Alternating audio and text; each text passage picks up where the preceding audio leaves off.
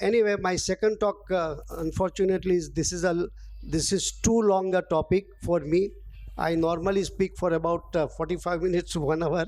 I'll try to cover up as fast as I can. No financial interest. Now, basically, we need to understand that there are two systems. The first is a peristaltic system. The second one is a venturi system. When we are talking about a peristaltic system, here the pump rotates. And as the pump rotates, it takes a column of fluid between the two rotating balls, and it tries to take the fluid out of the eye, out of the anterior chamber. And that's how, when we go in the further slides, I would demonstrate that this removal of the aqueous from the eye, from the anterior chamber, what we call aspiration, is an active process. Unless and until there are other mechanisms which have now come up, where we say there is active fluidics, where input of the aqueous is also an active process. But in a venturi system, it's altogether a different entity. There is a flow of air in one line, a rapid flow of air, and that line is connected with the cassette. And when you have that line connected with the cassette, as you can see it over here, some amount of air is also dragged by the flow of air from the cassette, thus generating a negative pressure within the cassette. And when there is a negative pressure, it allows the fluid to come in, and that's how the occlusion is not required in a venturi system to develop the vacuum. Having understood this, these are the various things on which I will talk. As I just said, aspiration is an active process, but you need to remember that the aspiration rate is the amount of fluid which is going out of the phaco tip. You don't have to consider the thing which is due to the leakage and other things. This is a basic thing which you will have to set up in a peristaltic system. In a venturi system, aspiration is not required to be set into the parameter. It is the aspiration which is going to drag the nuclear pieces towards the phaco tip, and that is how it is going to make the entire phacoemulsification more and more easy, right remaining in the central area without going to the periphery in the eye. Irrigation, I said, is not an active. It's only basically the difference in the hydrostatic pressure between the bottle height and the hydrostatic pressure in the anterior chamber that you are generating after the aspiration. More the bottle height, more will be the hydrostatic pressure.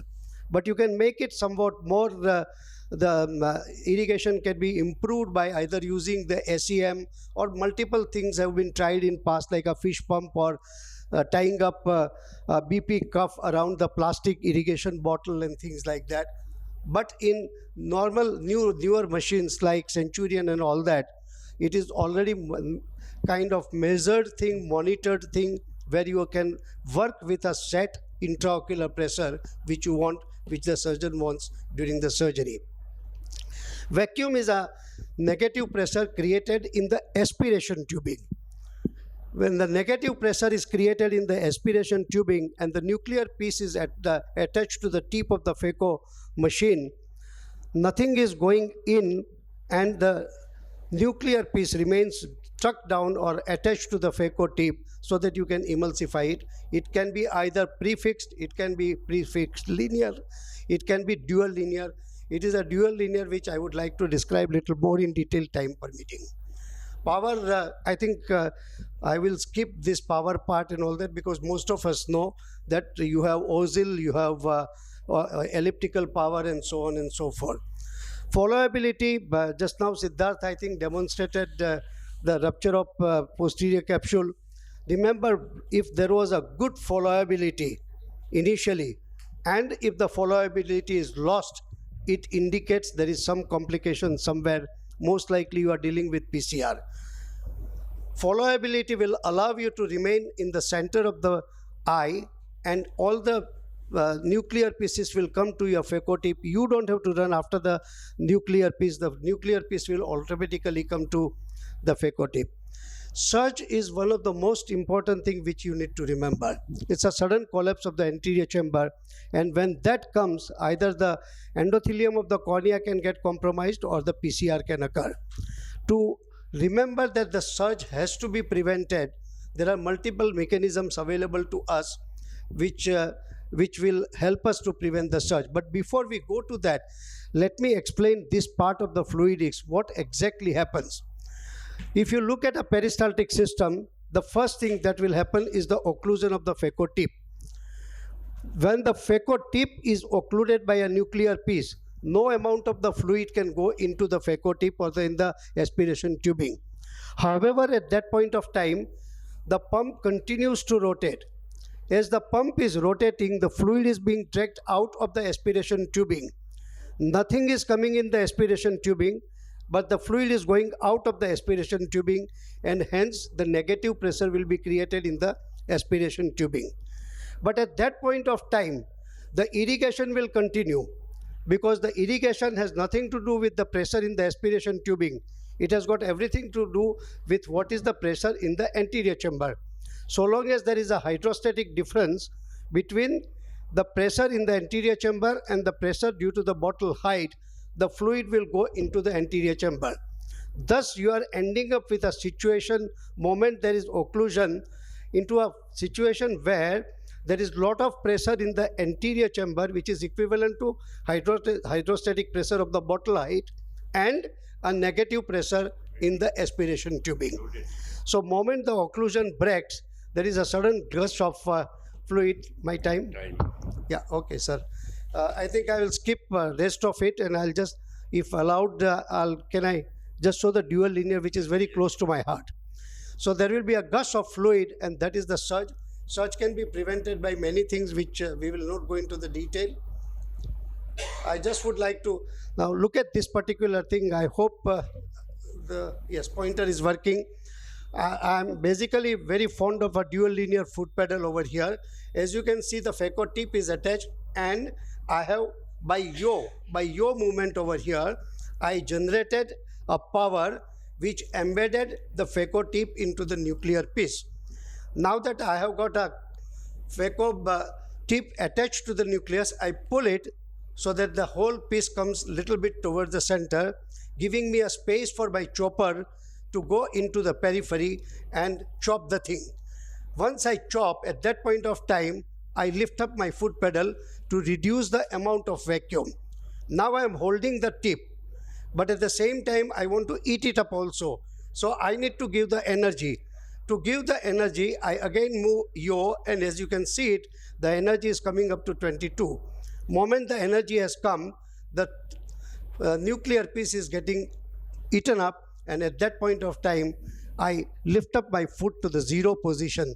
So everything is online, controlled by the patient, by the surgeon. There is no need for going anywhere else. You can preset whatever you want, and that all happens in a linear fashion. I'm not sure how many of you are using dual linear foot pedal. I have been using dual linear foot pedal almost for about 20 years with my Millennium machine, which I had initially, and I'm extremely happy. Thank you very much for your kind attention. Yeah, dual linear control gives very good control. I have used for 10 years Straw's Millennium. So is it available in the newer generation? Yeah, many motion lump machine is available, no? But yes, it is available in many of the machines, even Zeiss, that EC500 or whatever they call, that also. But remember one thing, in some of the dual machines which give dual linear, on the yaw, you can only increase the vacuum. You cannot increase the power. However, Millennium, you can. Yeah. Yes. You can adjust. The other thing for the juniors, there are machines where you can use both Venturi and the peristaltic. So if you have that option, how will you shift? In which stage of phaco will shift to Venturi, and which stage of phaco will stay with peristaltic? Very good question, sir. But once again, let me assure you that since I started my practice with Millennium, I was more used to Venturi system. Right from day one, I was more used to Venturi system and not the peristaltic system. I have both. Like Kalzai's machine gives you both peristaltic as well as Venturi system. I still go on with the peristaltic system in Zeiss machine because it is now very efficient. Previously, the Venturi was very efficient system compared to the peristaltic, and especially when we are dealing with a very hard cataract, it is the Venturi power which gives you a. The only thing which you need to remember, as I just said, that in Venturi system there is some amount of vacuum in spite of having no occlusion. That is something which you need to keep in mind. The occlusion comes in peristaltic system. I mean, vacuum starts building up in peristaltic system only and only after the occlusion has occurred. Thank you, sir, for your feedback.